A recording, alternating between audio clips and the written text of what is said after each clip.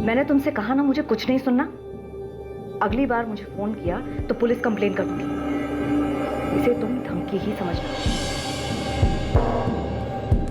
Madam, शिखर साहब ने आपको बुलाया है, कुछ जरूरी बात करनी है उन्हें। शिखर साहब से कह दो कि मैं घर के लिए निकल गई हूँ। मैडम, आप जानती हैं मैं साहब से कभी झूठ नहीं बोलता।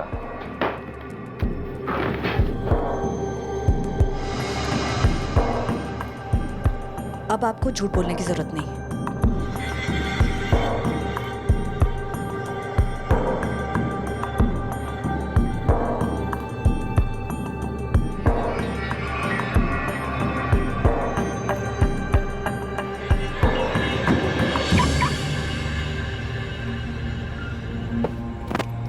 मैम, आज तो आप बुलाना ही भूल गई। वो तो अच्छा हुआ मैंने आपको जाते हुए देख लिया। जानवी, आज मुझे कुछ काम है, तुम कैब ले लो। It's okay ma'am, no problem. See you tomorrow. Good night. नहीं, देविका ऑफिस से निकल गई।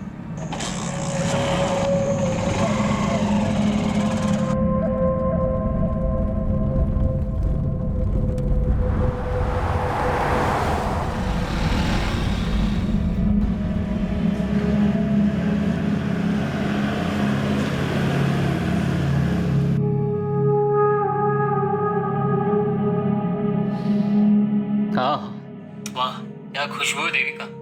कैसी लगी डिश?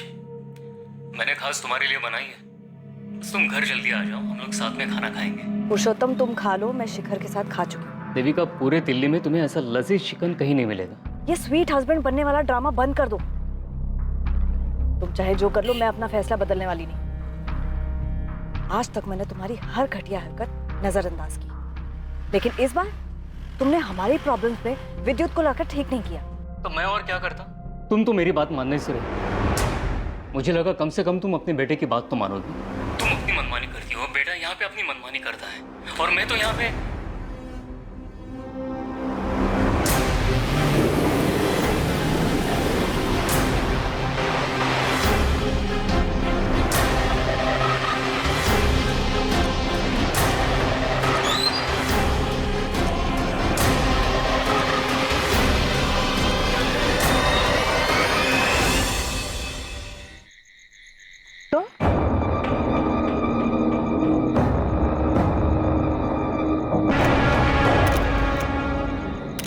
हाँ, ठीक से बताओ। मैडम, हम लोग यहाँ से गुजर रहे थे, देखा तो बीच सड़क पे गाड़ी खड़ी थी। पास आकर देखा तो यहाँ पर लाश पड़ी थी मैडम। लाश देखकर हम लोग डर गए और सीधा आपको कॉल किया। मैडम, हमने तो अपना फर्ज निभा दिया, क्या हम जा सकते हैं? बाबू, छोटू, तुम लोग नहीं जा सकते। शायद साहब को तुमसे बात करनी होगी।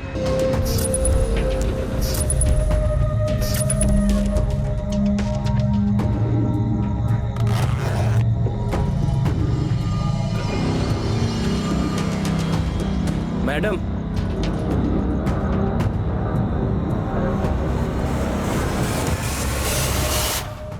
सर, बॉडी की उंगली पर रिंग के निशान और रिंग गायब है। कपड़ों से और उंगली से लग रहा है कि किसी अच्छे घर की, पर बॉडी पर एक भी ज्वेलरी नहीं। ज्वेलरी उतारी गई। पर्स मिला है लेकिन कैश भी गायब है। लेकिन आईडी कार्ड मिला है। विक्टिम का नाम देविका शर्मा है और बिजनेस कार्ड भी मिला है। शिखर कंस्ट्रक्शन में मैनेजर थी। मोबाइल मिसिंग है। तो चोरी का मामला लग रहा है। शिखर कंस्ट्रक्शन में फोन करके इनके घर वालों को इन्फॉर्म कर दो। हो सकता है ये बाहर निकलकर 4-5 कदम आगे आई हो। लुटेरे ने किसी बहाने से देविका की गाड़ी को रोका होगा। जैसे ही देविका कार से उतरकर बाहर आई हो, लुटेरे ने अटैक किया होगा। गहने छीनने की कोशिश की होगी। इसी छीना झपटी में लुटेरे ने गुस्से में चाकू चला दिया।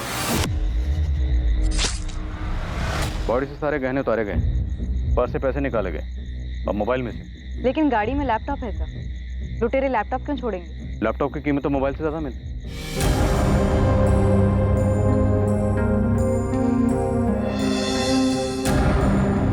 देविका, देविका, देविका, ये सब क्या हो गया?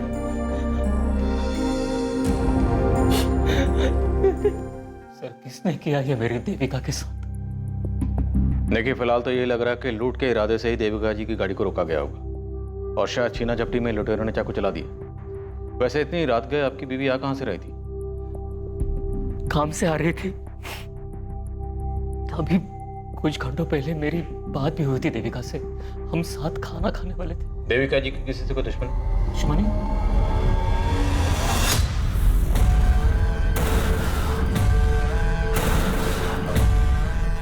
शिखर सर, देविका नहीं रही,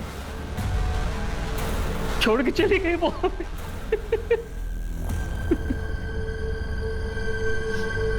मैं शिखर बवेजा, मुझे देविका को देखना है। सर आइए आप, मैं ले चलता हूँ।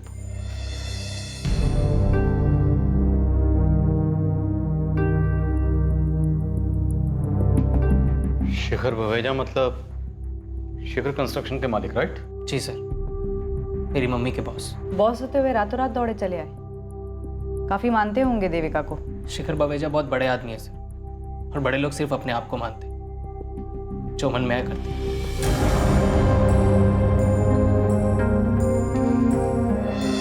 इतनी बेरहमी से मारा है देविका को। मैं बाहर हूं, मुझसे देखा नहीं जाता देविका को इस हालत में। पुरुषोत्तम जी, याद करिए, देविका का किसी से कोई झगड़ा हुआ हो, कोई अनबन रही हो? जी नहीं, देविका तो अपने काम से काम रखती थी।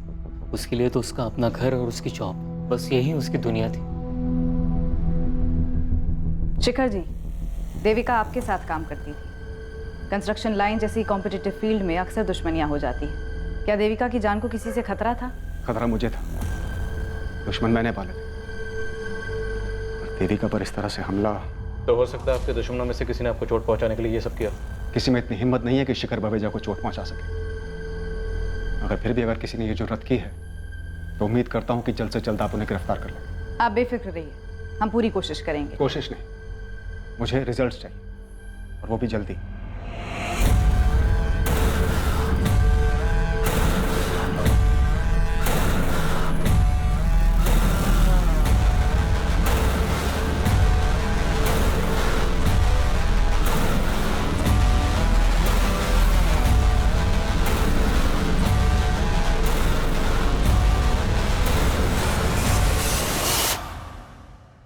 भाटिया, बात हम तक तो नहीं आएगी ना? नहीं सर, कोई मुंह नहीं खोलेगा। जिसने देविका का भरोसा तोड़कर हमसे हाथ मिला लिया, उस पर इतना भरोसा करना ठीक नहीं। उसे को संभल कर।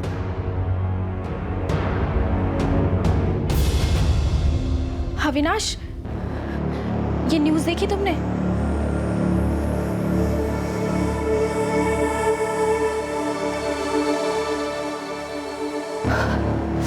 रोहित, ये तुम्हारा टिफिन। आज लौटने में थोड़ी देर हो जाएगी। ऑफिस के बाद लॉयर से मिलने जाना है। वो शिखर बवेजा के खिलाफ जो केस है वो। शिखर बवेजा के बजाय सिर्फ पापा भी तो कह सकती हो। मुझे पता है तुम नहीं मानोगी, लेकिन फिर से कह रहा हूँ, केस वापस ले लो। घर के झगड़े घर में सुलझाए जा सकते हैं, इसके लिए कोर्ट जाने की क्या जरूरत है? रोहित, मुझे देर हो रही है।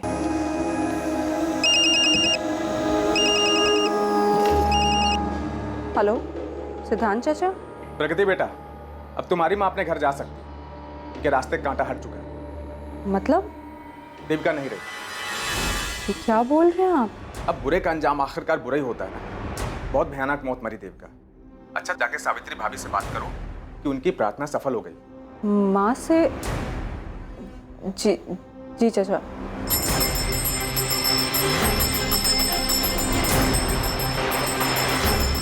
सावित्री दीदी, तो देविका नहीं रही।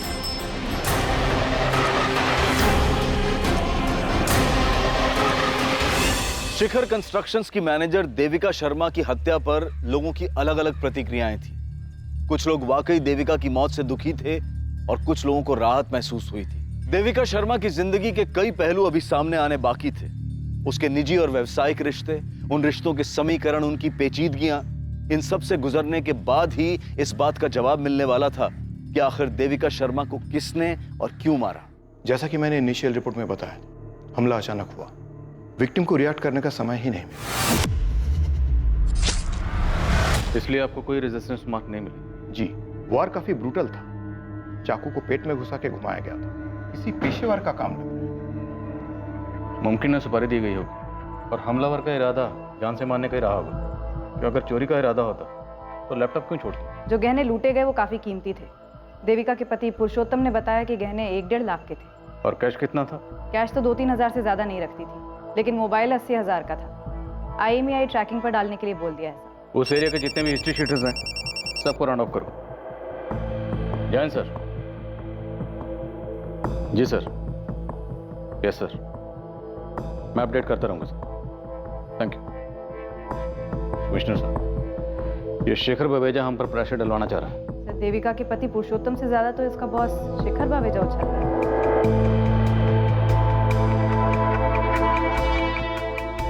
विद्युत बेटा जल्दी करो, तुम्हें कॉलेज छोड़ के मुझे मीटिंग के लिए पहुंचना है। शिखर अंकल वेट कर रहे होंगे मेरा। चाबी कहाँ रख दी मैंने? मम्मी, चाबी। आप भी ना दिन पे दिन भुलक्कड़ होती है। वैसे मेरे पास एक आइडिया है। क्या?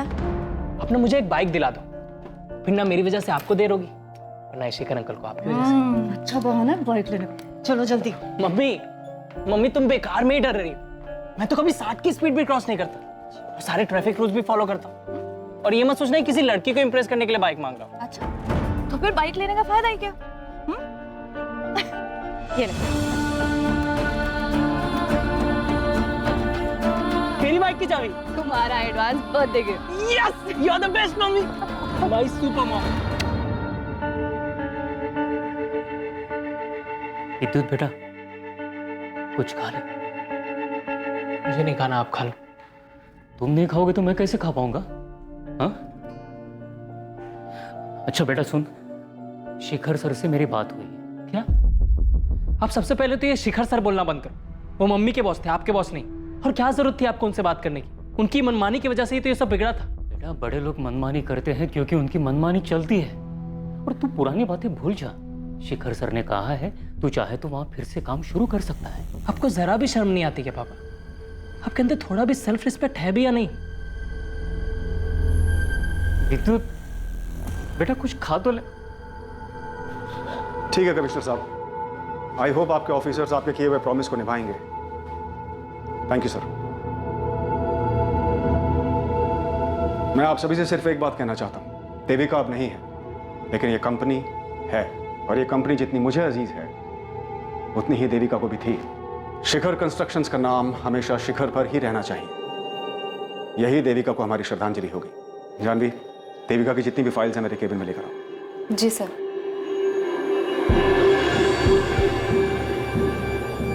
देविका, तुम शिखर कंस्ट्रक्शन में पिछले 8 महीने से काम कर रही हो। तुम्हारा पेपर वर्क, तुम्हारा क्लाइंट कोऑर्डिनेशन कमाल का है। मैं और शेखर भैया तुम्हारे काम से बहुत खुश हैं। लेकिन मेरी मानो तो तुम डेस्क जॉब को ही कंटिन्यू रखो, क्योंकि लैंड डीलिंग और कंस्ट्रक्शन का काम तुम्हें सूट नहीं करेगा। सिद्धांत बिल्कुल ठीक कह रहा है। और वैसे भी तुम्हारा बेटा विद्युत अभी छोटा है, और घर और काम को एक साथ एडजस्ट कर पाना आसान नहीं है। इसलिए जितनी तुम्हारी कैपेसिटी है उतना ही काम हाथ में लो। सर, मेरी कैपेसिटी मुझसे बेहतर और कौन जान सकता है? लेकिन टाइम कैसे मैनेज करोगी देविका? दोनों में से एक के साथ कॉम्प्रोमाइज होगा, और मुझे डर है कहीं वो मेरा बिजनेस ना हो। सर, ऐसा नहीं होगा। आप दोनों की तरह शिखर कंस्ट्रक्शंस को शिखर तक पहुंचाना अब मेरा भी सपना है।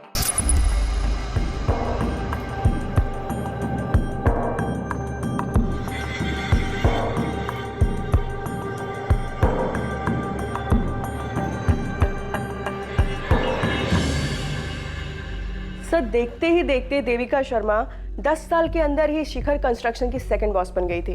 देविका शर्मा का डिसीजन मतलब फुल एंड फाइनल। उस पर फिर शिखर बावेजा भी कोई सवाल नहीं उठाता था। ये शिखर कंस्ट्रक्शन शेखर बवेजा और उसके भाई सिद्धांत बवेजा ने मिलकर शुरू किया। तो अगर देविका सेकंड बॉस थी, सिद्धांत क्या था? सर, सिद्धांत की स्टोरी में ट्रेजेडी ही ट्रेजेडी है।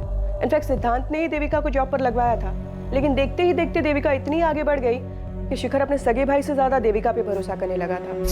देविका, जवाब दो। कितने रुपए खिलाए तुमने टेंडर प्राइस जानने के लिए? सीधे से कहिए ना, रिश्वत दी। सिंपल। इसका मतलब तुम मानती हो कि तुमने रिश्वत दी? जी, दी। शिखर भैया, क्या रिश्वत आपके कहने पे दी गई? सिद्धांत, तू मेरा भाई है, तेरे को यहाँ काम करना है तो कर, लेकिन देविका के फैसलों पर उंगली मत उठाना। आजकल सिद्धांत गाजियाबाद में छोटा मोटा ब्रोकर है। तो मतलब देविका और शेखर बवेजा के भाई सिद्धांत में खटास तो थी, पर इतने अरसे बाद बदला लेने का लॉजिक बनता नहीं। ये देविका का पति पुरुषोत्तम और बेटा विद्युत, उन पर क्या इन्फॉर्मेशन? 2 दिन दीजिए, पूरी हिस्ट्री निकाल के देती हूँ। जल्दी बता कर। देविका के जाने के बाद क्या हाल है शिखर भाई साहब के? पुलिस तो आएगी, लेकिन तुम्हें घबराने की जरूरत नहीं, मैं सब संभाल लूंगा। ऐसे नहीं चलेगा, मुझे पुलिस को सब कुछ बताना होगा। अविनाश, बेहतर यही होगा कि पहले तुम शिखर सर से बात करो। शिखर सर मेरी बात नहीं सुनेंगे। अपना भाई, अपनी बीवी, अपनी बेटी, उनकी नहीं सुनी, मेरी क्या होगा? तो और क्या रास्ता है?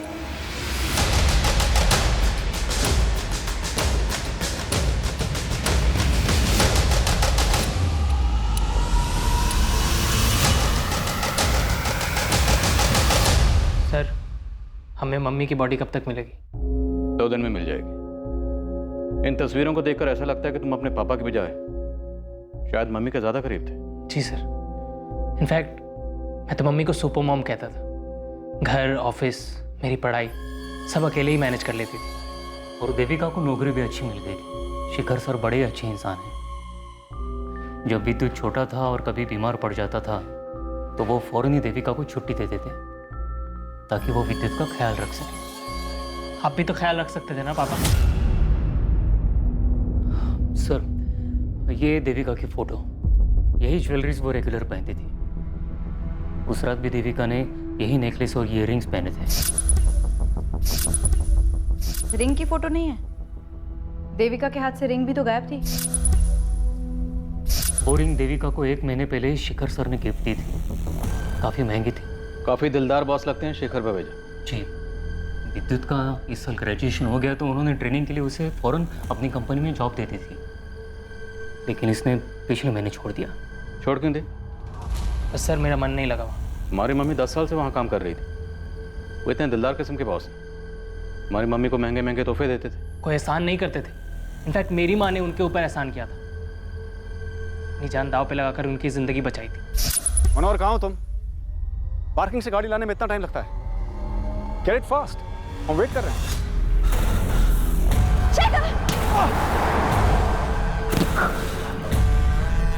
देविका, देविका! शिखर बावेजा उस दिन शिखर से भी ऊपर चले जाते और अपनी मनमानी करने के लिए जिंदा ना रहते अगर मेरी माँ ना होती। तुम बार बार एक लफ्ज का इस्तेमाल कर रहे हो, मनमानी। ऐसी क्या मनमानी की थी शिखर बावेजा ने? बिजनेस के नाम पर, पैसे के दम पर किसी का भी प्लॉट अपने नाम करवा लेना। अपनी बेटी से सिर्फ इसलिए रिश्ता तोड़ देना क्योंकि उसने अपने पसंद के लड़के से शादी कर ली। अपने सगे भाई को बिजनेस से बाहर निकाल देना। अपनी पत्नी और बेटे को घर से निकाल देना। ये सब मनमानी नहीं है तो और क्या है सर? विद्युत बेटा, ये शिखर सर का पर्सनल मामला है।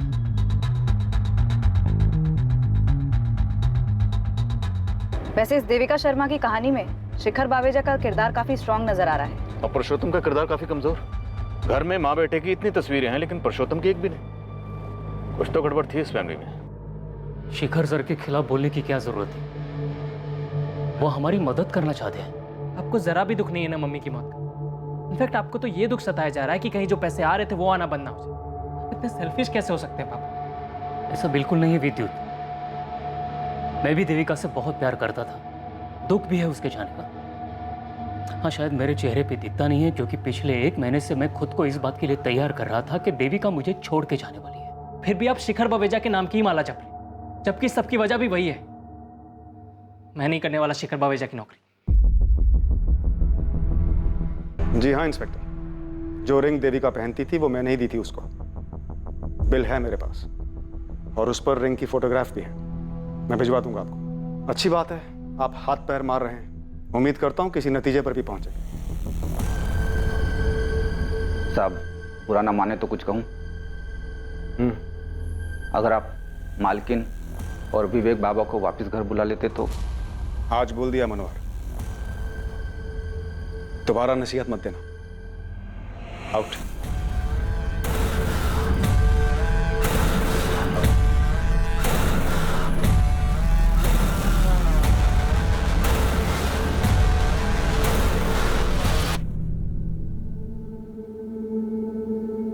शिखर, अब तो बता दो कि सरप्राइज क्या है। लाल बाग वाली जमीन हमें मिल गई है। Oh my God, Mir Chandani को तो अटैक आ जाएगा। देविका, आज बिजनेस की बात। चीयर्स। चीयर्स। हमारी तबीयत तो ठीक है ना? Good music, good mood, please बता दो बात क्या है? खोलो इसे।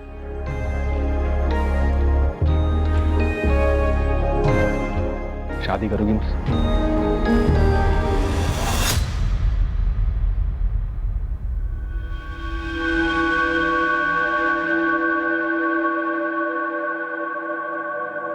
मिलेंगे इसके। क्या 2 लाख के माल? मेरा मतलब है गहनों का सिर्फ 20,000 रुपए। कुछ ठीक ठाक लगाओ ना। वो क्या है ना, मेरी माँ बीमार है इसलिए बेच रही हूँ। 20 ही मिलेगा। मेरे को भी नहीं बेचना है यहाँ पर। पत्थर के दाम पे हीरा खरीदने निकला है कंजूस।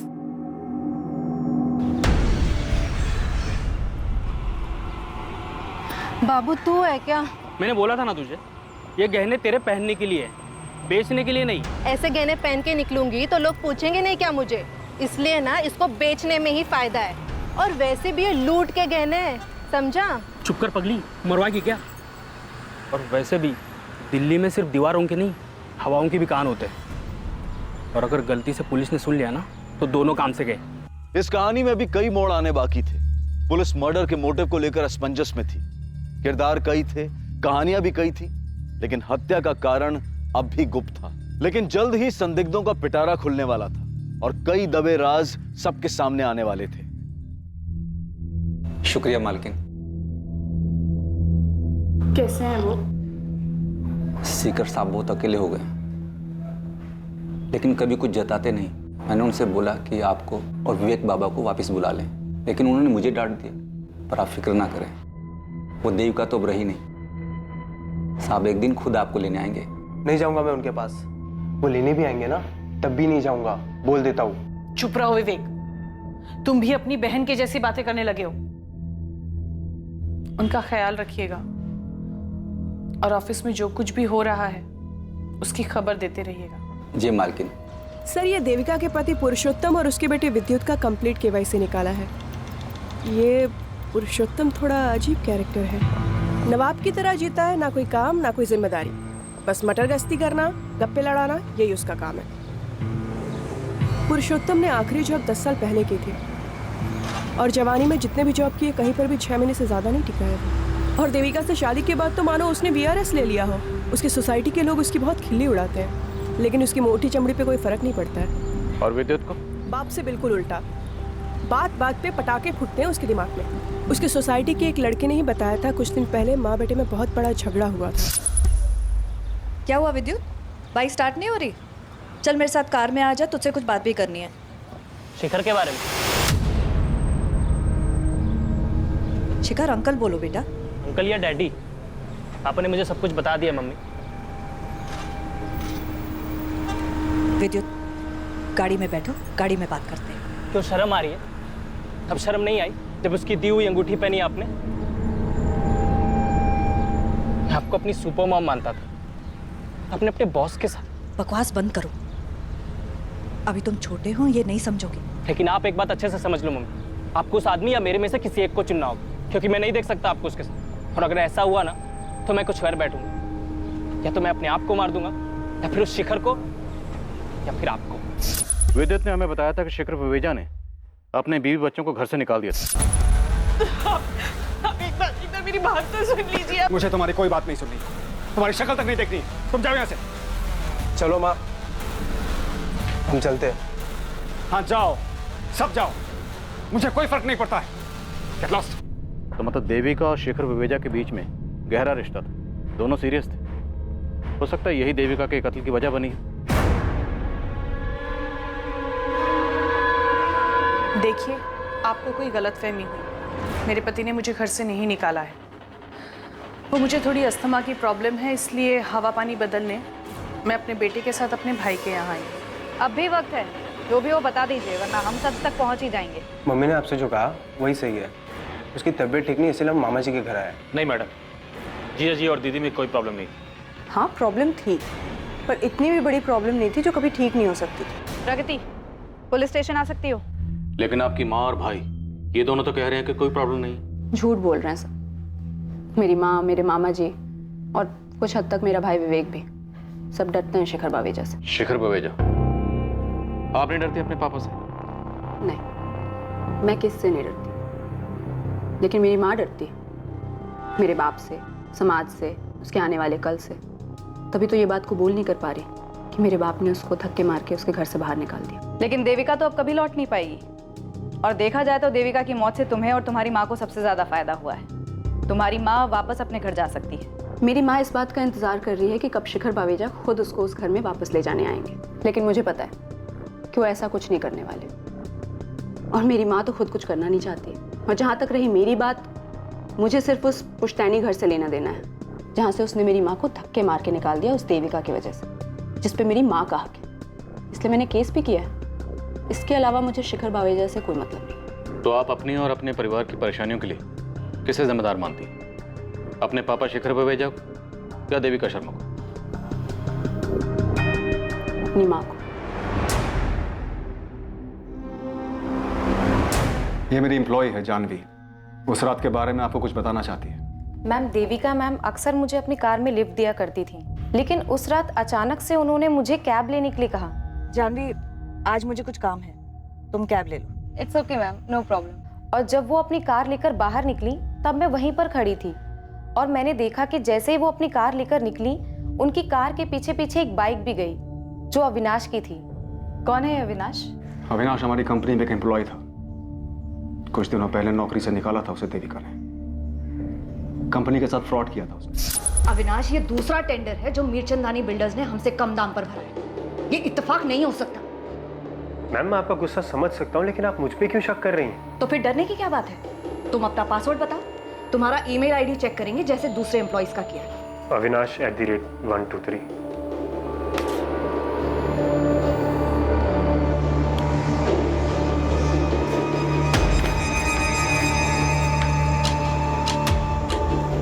Ma'am, I have no idea ये किसने किया है। आई थिंक मेरा ईमेल अकाउंट हैक हुआ है।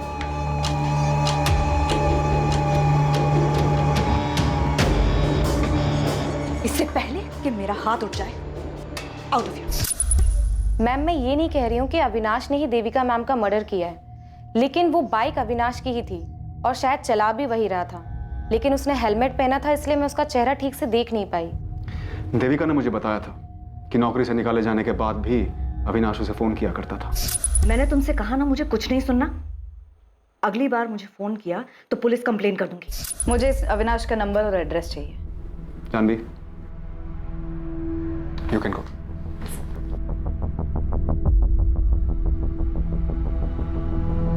शिखर जी, हमने सुना है आपके भाई सिद्धांत ने देविका की वजह से आपका बिजनेस छोड़ा। गलत सुना है। सिद्धांत के जाने की वजह वो खुद था। और वैसे भी ये बात अब पुरानी हो चुकी है। एंड आई डोंट थिंक सिद्धांत ऐसा कुछ कर सकता है। फिर भी अगर आपको उसका नंबर चाहिए तो जानवी के पास मिल सकता है। इसका मतलब है आप अपने भाई से टच में नहीं है? मैं पीछे मुड़कर नहीं देखता हूं। और आपको भी मेरी यही राय है कि सिद्धांत के पीछे पड़ने की बजाय आप मीरचंदानी बिल्डर्स के मालिक नीरज मीरचंदानी को कुरे दिए। वो आपके बिजनेस कॉम्पिटिटर हैं? जी, सालों पहले मुझ पर एक हमला हुआ था, उसी ने करवाया, जिसमें देविका ने आपकी जान बचाई थी। जी, मीरचंदानी बहुत बड़ा पैंतरेबाज है। उम्र हो चली है मगर दिमाग अब भी दौड़ता है, वो भी उल्टे कामों में। एक आखिरी सवाल, आपके और देविका शर्मा के संबंध? इस बारे में कोई सवाल। आप अविनाश और मीरचंदानी के पीछे लगे। देविका अब नहीं है, उसकी निजी जिंदगी से दूर रही। आपकी पत्नी आपके बेटे के साथ अपने भाई के यहाँ रहती है। हमने सुना है कि आपने खुद उन्हें घर से बाहर निकाला ताकि आप देविका शर्मा से शादी कर सकें। आप जा सकती हैं। पुलिस अभी अभी यहाँ से गई है। जैसा आपने कहा था मैंने अविनाश के बारे में बिल्कुल वैसा कहा है। हाँ, शिखर सर के भाई सिद्धांत का नंबर लेकर गए हैं मुझसे, शायद कोई पूछताछ करनी हो। 6 अगस्त, जिस रात देविका शर्मा का कत्ल हुआ, तुमने से फोन किया था अविनाश? जी, मैंने फ़ोन किया था देविका मैम को। मैं तब उनके ऑफिस के बाहर ही खड़ा था, लेकिन उन्होंने गुस्से में आकर मेरा फ़ोन काट दिया। मैंने तुमसे कहा ना मुझे कुछ नहीं सुनना। तुम्हारी फोन लोकेशंस और कॉल रिकॉर्ड्स हैं हमारे पास। जिस रात देविका शर्मा का कत्ल हुआ, तुमने ऑफिस से देविका शर्मा का पीछा करना शुरू किया और जैसे ही उसकी गाड़ी एक सुनसान रास्ते पर पहुंची, तुमने उसकी गाड़ी को वहां पर रोका।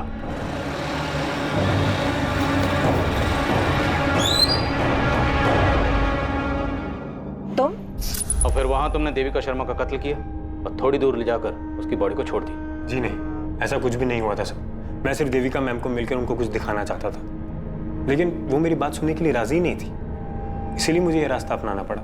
ऐसी क्या बात थी?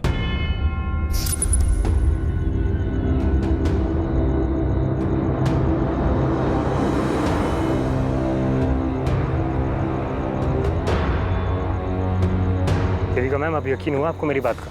तुम कल ऑफिस आ जाओ, मैं सब ठीक कर दूंगी। लेकिन मेरी किस्मत खराब थी। उसी रात देविका मैम को किसने मार डाला। तुमने हमें बेवकूफ समझा। तुम हमें कोई भी झूठी कहानी सुनाओगे और हम यकीन कर लेंगे। मैं झूठ नहीं बोल रहा हूँ सर, आप मेरा फोन चेक कर लीजिए, उसमें वो वीडियो भी है जो मैंने देविका मैम को दिखाई थी, फॉरवर्ड भी की थी। सिद्धांत, प्रगति, तुम दोनों एक ही बात के पीछे क्यों पड़े हो? जब तक तुम्हारे पापा खुद मुझे नहीं बुलाते, मैं नहीं जाऊंगी। और ये बात आप अपनी सेल्फ रिस्पेक्ट बचाने के लिए कह रही हैं, या इस डर से कि आपके सडनली लौट जाने से शिखर बावेजा नाराज हो गए? प्रगति, कितनी बदतमीज हो गई हो तुम। देखा चाचा जी, बात कैसे घुमा दी। भाभी, आप बेकार का डर रही, हम सब हैं ना आपके साथ। देविका जा चुकी है माँ, कभी कोई कदम तो खुद से उठाया करो। हेलो, जी हाँ मैं बोल रहा हूँ। ठीक, मैं आ रहा हूँ। किसका फोन था चाचा जी? पुलिस ने बुलाया। सर, अविनाश के कॉल रिकॉर्ड और बैकग्राउंड चेक किए, बिल्कुल क्लीन है।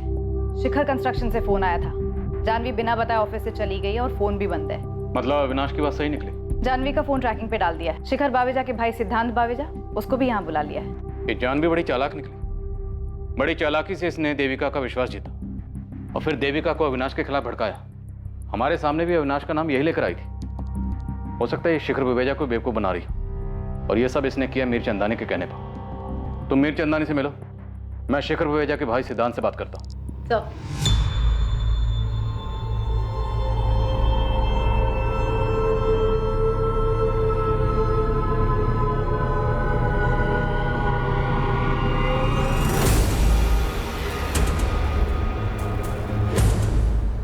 मीर चंदानी जी, कुछ कहना चाहेंगे इस वीडियो के बारे में? अब क्या कहूँ सर, लेकिन सच तो यही है कि मेरे सगे भाई शिखर बावेजा ने उस देविका के लिए मुझे बिजनेस से निकाल दिया। तो आपके साथ ये जो नाइंसाफी हुई उसके लिए गुस्सा तो आपको बहुत आया होगा, और ऊपर से शिखर और देविका शर्मा कहां से कहां पहुंच गए, इतने कामयाब हो गए। कामयाबी एक भ्रम है इंस्पेक्टर। शिखर को लगता है कि वो कामयाब है, देविका को भी कुछ ऐसा ही लग रहा था, लेकिन जरा दोनों के घरों में झांक के देखिए। शिखर अकेला रहता है, ना अपनी बीवी का रहा और ना देविका का, और देविका के साथ क्या हुआ वो तो आप जानती ही हैं। और इसे आप अपनी कामयाबी मान रहे हैं? देविका की सुपारी देकर आपको क्या फायदा हुआ? सुपारी? मैंने रिश्वत देने के नाम पे कंपनी छोड़ दी और आप सुपारी देने की बात कर रहे हैं? मैं उसूलों वाला आदमी हूँ सर। बिजनेस में उसूल तो आप मानते नहीं। जानवी का इस्तेमाल किया। मेरे बारे में कई सारी अफवाहें फैली हैं मार्केट में, लेकिन ये मर्डर करवाना मेरा तरीका नहीं है। मैं खिलाने पिलाने में यकीन रखता हूँ। देखिए, जानवी ने जो किया अपनी मर्जी से किया और उसकी बराबर कीमत मिलती रही उसे, और जानवी की मदद से नए कॉन्ट्रैक्ट पाने में हम हमेशा शिखर से आगे रहे हैं। तो देविका को मरवा के मुझे क्या फायदा होगा? सर, देविका के मरने से मुझे कोई फायदा नहीं, और वैसे भी मैं भैया के साथ बिजनेस करना चाहता ही नहीं। मैं तो बस इतना ही चाहता हूँ कि सावित्री भाभी और विवेक वो अपने घर वापस चले जाएं और शिखर भैया प्रगति को फिर से अपना ले। जब से उसने लव मैरिज किया है तब से भैया ने सारे रिश्ते उसके साथ तोड़ दिए। तो आपको क्या लगता है देविका शर्मा के मरने से सबसे ज्यादा फायदा किसे हुआ होगा? शिखर बावेजा को। देविका उससे रिश्ता तोड़ना चाह रही होगी और शिखर ने उसके लिए अपने परिवार को घर से बाहर निकाल दिया। शिखर एक बहुत ही इगोइस्टिक इंसान है, उसे मंजूर नहीं कि कोई उसे ना कहे, और इसीलिए उसने देविका को मरवा दिया होगा। शायद देविका का पति पुरुषोत्तम, अगर शिखर भैया और देविका ने शादी कर ली होती तो सबसे ज्यादा नुकसान पुरुषोत्तम को होता, क्योंकि वही है जो अपनी बीवी की कमाई पे सालों से पल रहा था। सब अपनी कहानी अपनी सोच बयां कर रहे थे, सच की राह में झूठ की धूल उड़ा रहे थे ताकि सभी अपना सच ढक सके। लेकिन देविका शर्मा के मर्डर का सच सामने आने वाला था। लालच की वजह से हुई एक चूक इस केस का रुख बदलने वाली थी। 50,000 गिनने में कितना टाइम लगता है? जल्दी करो ना, माँ बीमार है मेरी। अरे कहाँ लेकर जा रहे हो? मैंने कुछ नहीं किया है। साहब मैंने उस औरत को नहीं मारा था, मैंने बस उसके गहने चुराए थे। अगर के जा रहे तो क्या? पर्स में मोबाइल और पैसे थे, वो छोटू ने रख लिए और अपने गांव बेगूसराय चला गया। मैंने गहने लिए, सोचा कि अपनी बीवी रमा को दे दूंगा। गहने पैसे सब कुछ लेकर गए, और लैपटॉप वो कहीं छोड़ा था? लैपटॉप जेब में आता नहीं ना, इसलिए छोड़ दिया। वो उस दिन हम लोग आपसे बात कर रहे थे ना, तो गहने और पैसे हमारी जेब में ही थे। और चाकू? चाकू कहाँ था? कौन सा चाकू साहब? हम लोग ने कोई खून नहीं किया, यकीन मानिए साहब, मैं सच बोल रहा हूँ। देख बे, जब तक सच नहीं बोलेगा ना तू यहाँ से जाएगा नहीं। और तेरा पार्टनर छोटू, उसका पता बोल। बोल।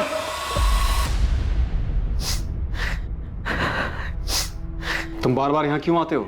और कहाँ जो शिखर शर्मा है। मैंने विद्युत को बहुत मनाया, लेकिन वो यहाँ काम करना ही नहीं चाहता है। अब पता नहीं कैसे गुजारा होगा हमारा। हाँ ठीक है, मैं हर महीने कुछ ना कुछ भिजवा दूंगा, लेकिन दोबारा यहाँ मत आना। आपका बहुत बहुत धन्यवाद शिखर सर। समझ में नहीं आता कि तुम्हारे जैसे बगैर रीढ़ की हड्डी वाले आदमी को देविका कैसे मिल गई।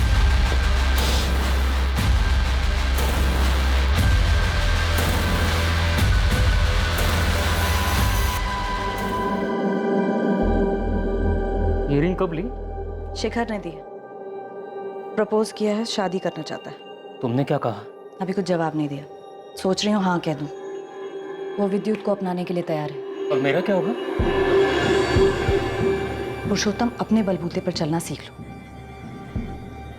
मुझे जितना जलील करना है कर लो, पर मुझे छोड़ने की बात मत करना। छोड़ो मुझे पुरुषोत्तम, मैंने कहा छोड़ो। विद्युत की वजह से अभी तक सोच रही हूं। अगर बात हमारी होती तो कब का डिसाइड कर चुकी हूँ। इस बाबू की धुलाई में कोई कसर नहीं छोड़ी, लेकिन वो अभी भी अपनी बेगुनाही की रट लगा रहा। सर, देविका का सामना अविनाश से भी हुआ था, लेकिन उसके खिलाफ भी कोई सबूत नहीं मिला है। बाबू अविनाश दोनों के कॉल रिकॉर्ड्स क्लीन है, और बाबू का कोई क्रिमिनल रिकॉर्ड भी नहीं, तो मतलब पक्का ये कोई पर्सनल मामला। पर्सनल मामलों की जानकारी कोई करीबी दे सकता है। साहब मैं जाता हूँ।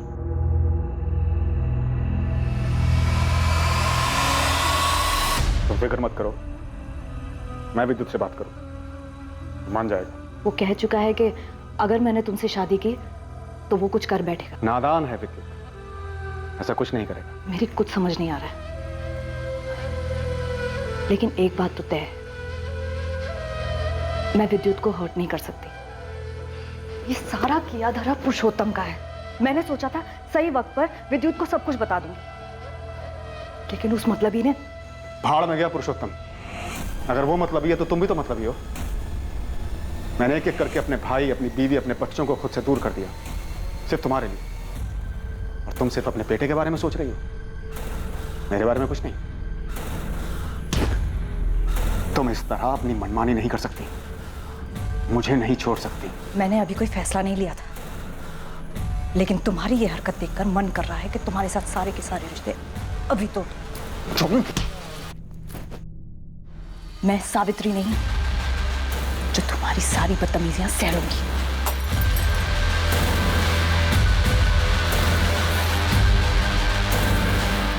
सर, ये बाबू जिसे आपने पकड़ा है, क्या इसने मारा है मेरी मम्मी को?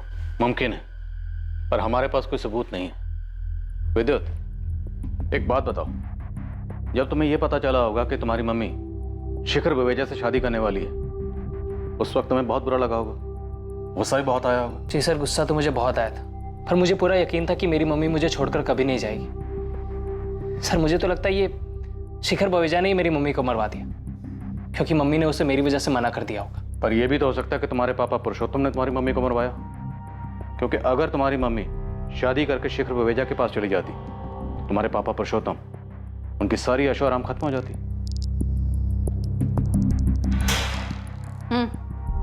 चल बाबू, तेरी छुट्टी। सच में मैडम, वो खूनी मिल गया आपको? हाँ मिल गया, तू जा। वैसे मैडम, किसने किया खून?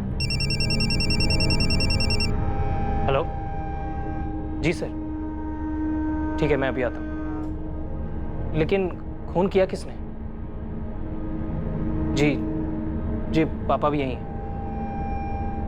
उनको भी लेके आता हूँ। ये सब क्या है इंस्पेक्टर? आपने मेरा टाइम वेस्ट करने के लिए बुलाया मुझे यहाँ पर? सर मेरी मम्मी को किसने मारा है?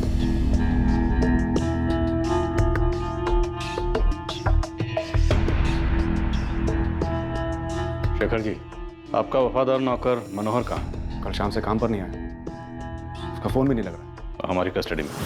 व्हाट? जैसे ही देविका जी ऑफिस से निकली, मैंने बल्ली को एसएमएस किया। हमने पहले से प्लान बनाया था। देविका जी के घर के रास्ते पर एक सुनसान जगह पड़ती है, वहाँ बल्ली पहले से ही घात लगाए बैठा था। हाँ बल्ली भाई, काम हुआ? जब मुर्गी आई ही नहीं तो हलाल क्या करूंगा? क्या? ये कैसे हो सकता है? तूने बोला था कि 15 मिनट लगेंगे, आधे घंटे से यहीं खड़ा हूं मैं। 10 मिनट और रुको प्लीज, वो जरूर आएगी। बाद में पता चला कि अविनाश ने देविका जी का रास्ता रोका था। ये बल्ली कौन है? तुझे कहाँ मिला? बल्ली मेरे गांव का है। कुछ देर बाद देविका जी वहां से गुजरी और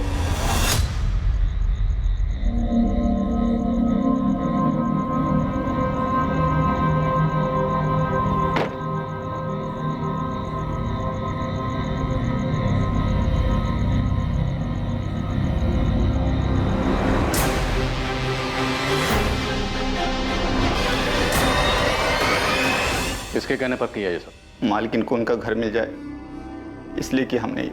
सावित्री के कहने पर? नहीं साहब। तो किसके कहने पर? प्रगति, तुम्हें लगता था कि देविका के चले जाने से तुम्हारी माँ को उनका घर, उनका पति वापस मिल जाएगा, इसलिए सब किया?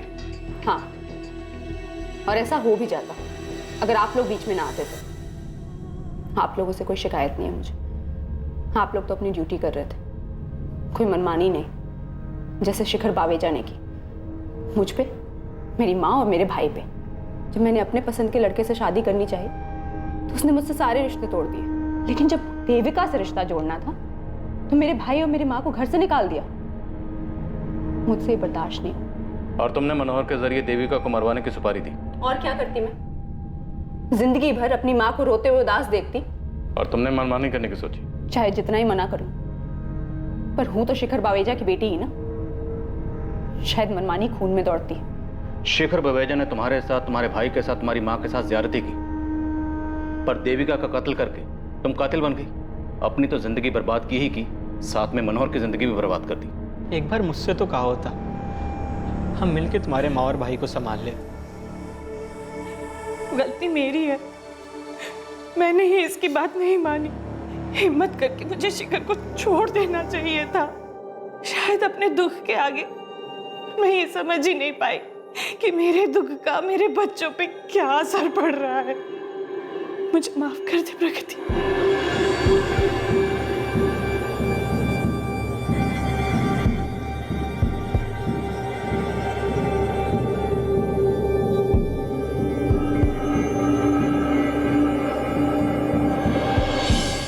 एक हफ्ते के अंदर पुलिस ने सुपारी किलर बाली को भी गिरफ्तार कर लिया। प्रगति ने जो भयंकर कदम उठाया वो बिल्कुल गलत था। क्राइम किसी समस्या का हल हो ही नहीं सकता। अगर शिखर और सावित्री ने वक्त रहते अपने बिगड़े हुए रिश्ते खत्म कर दिए होते, दोनों अलग हो गए होते, तो शायद प्रगति के मन में नफरत इस हद तक नहीं पनपती, और वो नहीं होता जो हुआ। कुछ लोग ये तर्क जरूर दे सकते हैं कि देविका इस परिवार को तोड़ने की जड़ थी, लेकिन किसी तीसरे को दोष देकर यह हकीकत नहीं बदली जा सकती है कि दरअसल शिखर और सावित्री ही अपने परिवार में मची तबाही के लिए जिम्मेदार थे। एक खोखली शादी को सिर्फ इसलिए बरकरार रखना ताकि बच्चे और माँ बाप दोनों एक साथ रह सकें, यह किसी समस्या का हल हो ही नहीं सकता। अब मैं अनूप सोनी आपसे विदा लेता हूं, फिर मुलाकात होगी एक और नए केस के साथ। देखते रहें क्राइम पेट्रोल सतर्क, रात 11 बजे सोमवार से शुक्रवार। और याद रखें, क्राइम और आपके बीच में सिर्फ इतना फर्क है कि आप कितने सतर्क हैं। सतर्क रहें, सुरक्षित रहें। जय हिंद।